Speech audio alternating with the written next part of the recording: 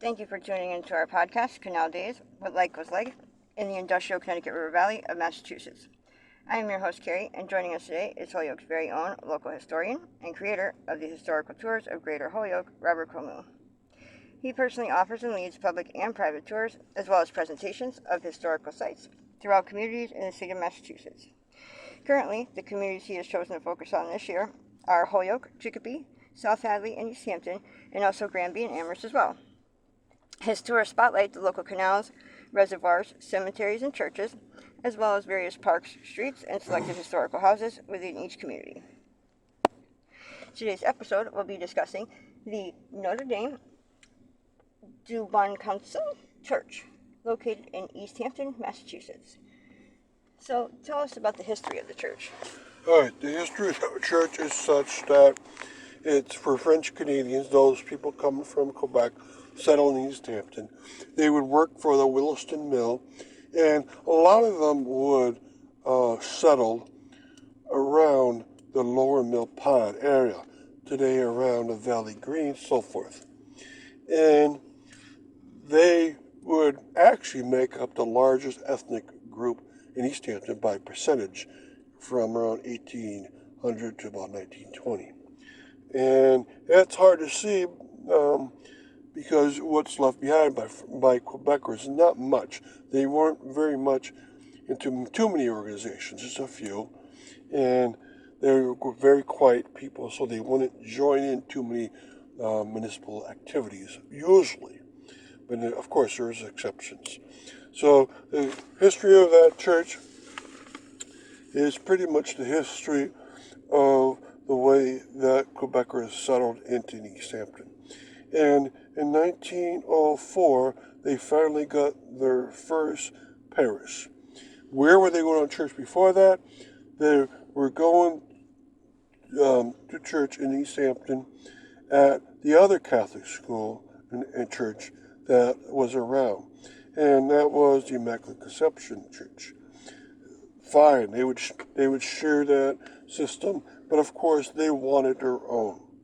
Now, 1904 the parish starts, but they had no solid building yet. In 1906, November 18th, they would finally have their own church structure. And that first church was on 92 Union Street, right in the center of what you would call Easthampton. Okay, and that building is not there anymore. Okay, it's gone. And the reason why is they outgrew that tiny church, so they needed another church, and that's the one you now see on Pleasant Street in Easthampton. It's at 33 Pleasant Street and moved there in 1922. So they only lasted 16 years at the other location, but some of their organizations stayed behind there when they started Pleasant Street. Okay, then that church really blossomed from there, and it was quite active. And it was active up to the point that all the Catholic churches of Easthampton, 3 of them, were all blended together to make one. And that's Our Lady of the Valley. The reason why is the enrollments in the church started going so low that they had to come together. So in 1910, Our Lady of the Valley was formed by the conjunction of Notre du Conseil, then the Sacred Heart Church, and the Immaculate Conception Church. So only one church is used for the official Mass. The other 2 churches are still open. So this Notre du Conseil Church is still a religious institution in the Catholic Church. It's more a prayer center and a center you might have some marriages happen. Whereas the Immaculate Conception Church is the one that always has the masses. Okay, so it's still a religious organization and still a beautiful church in the world, well taken care of. And can you explain the history of the rectory? Okay, the rectory itself, of course, is going to be in different places because the church was in different places. So the rectory in 1906, when the parish was formed, or the church was formed there, was at 68 Union Street. the same side of the street and very close to that original church. And in 1904, the parish was formed. The priest probably lived in a home or apartment for 2 years. Then the church moved out to Pleasant Street, and then the rectory had to move with it. So they had to buy a new place. And that rectory was at 27 Pleasant Street, still there, very close in. And in 1922, it was bought out, the same year as the church was put in. And that formerly was called the George Hendrick House. And really quick, before we continue with the rest of our interview, just to fill our listeners in, if you want to find out more information or sign up for any of his various tours, you can check out his website at holyokecanaltour.org. And there you can find podcasts and videos of the stops on each of his tours, as well as photos and text of the historical sites throughout as well. And for other inquiries or to sign up for private tours, you can email him directly at bobcat4214B@yahoo.com. And his tours make for fun educational outdoor activities for families and group parties.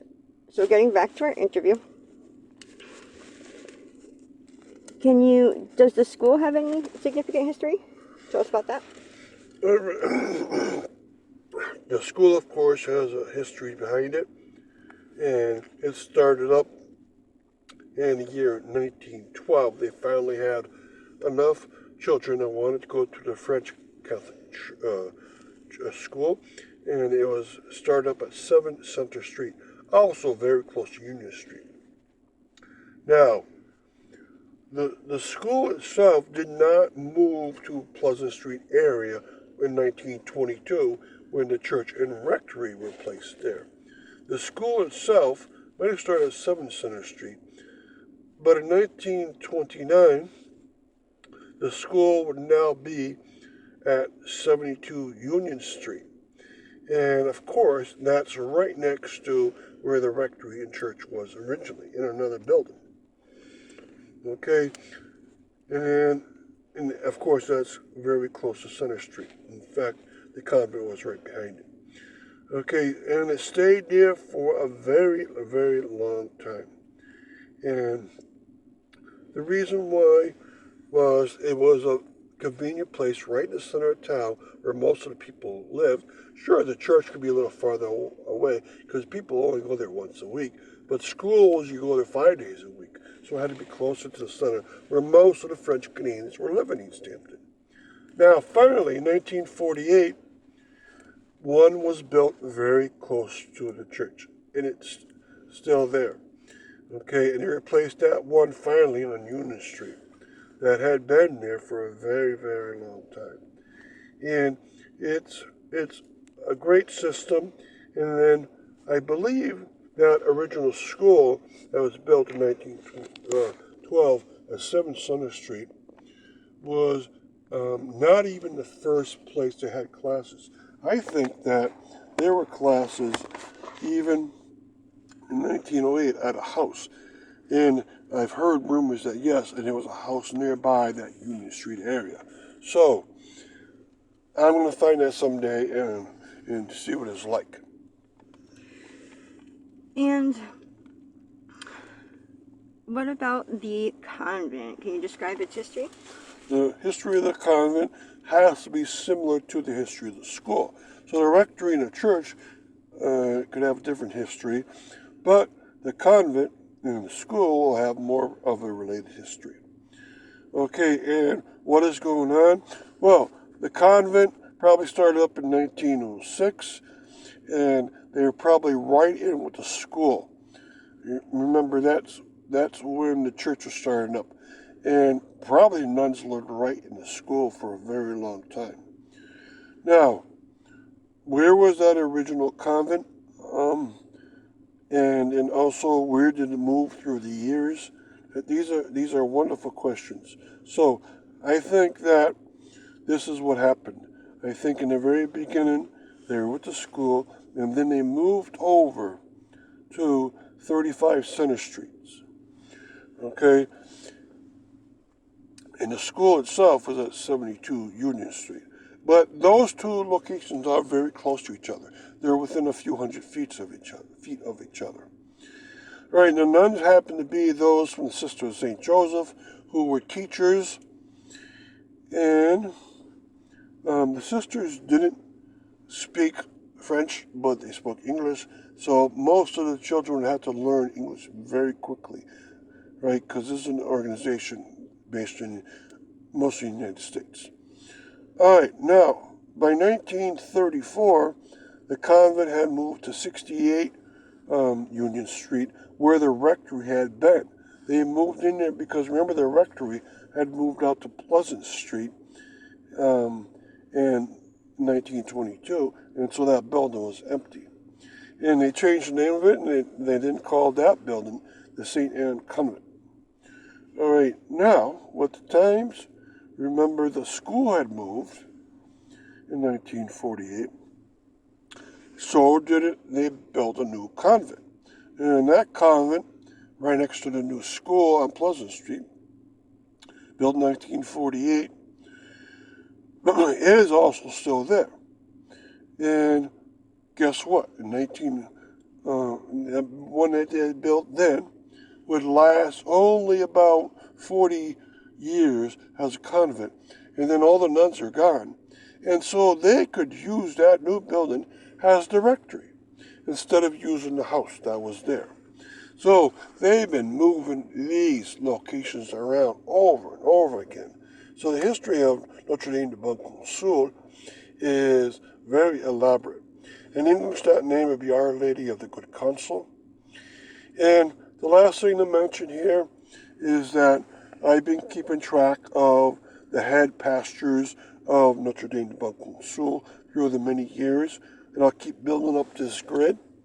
The first pastor, 1906 to 1915, was a Joseph Lord. All right, and then after that there was a Eugene Barrow, a J.P. Barassa, and so forth and so on. I got a list in this grid, and I'm trying to find out their burial locations also. There's no French-Canadian cemetery in Easthampton. There is a St. Bridget's, which French Canadians use a lot, but most priests like to be in a beautiful cemetery that's for people from Quebec only. So I want to find out someday where Joseph Lord is buried and where these other pastors have been buried through the years. Thank you. And thank you, Robert, for educating us on your tours and historical topics of your expertise. And we want to thank our listeners for tuning in. And you can check out a large selection of our other podcasts on his website, as well as on SoundCloud.com. And be sure to stay up to date with new podcasts and videos posted daily. And thank you for tuning in.